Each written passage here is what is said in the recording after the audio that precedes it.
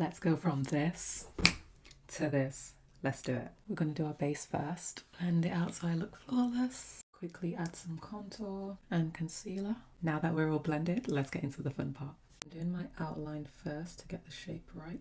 And I'm just using a white face paint. This is probably the hardest part. I'm going to do the other line.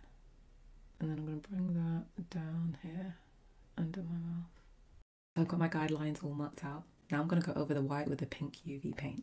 I'm going to make this pink line thicker, but follow along that white guideline. Let's finish up the mouth. Now you want to really carefully do a thin white line along that pink line. It's so hard trying to do this mouth part while talking. Add some white to your waterline. Add some really big fluffy lashes. Some spooky lenses. Who's ready for the end result? Here's the end result with the UV light on. What do you think? It looks so cool. What would you rate this out of 10? Give this video a thumbs up if you like this Purge mask. And don't forget to subscribe to my channel if you haven't already. Thanks for watching.